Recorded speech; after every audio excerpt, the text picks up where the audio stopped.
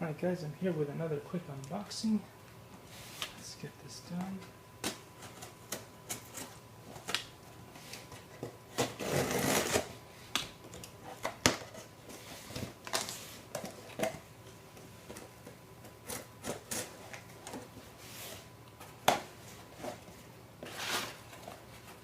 I don't remember what's in here, but I think... Oh yay, LEDs. Alright, cool. So, got myself a bunch of cool LEDs.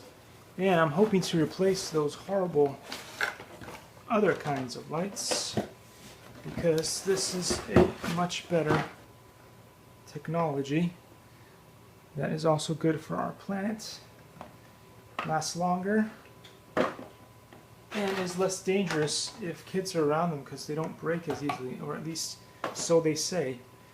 But I will test them out and let you know. So see you in the next video.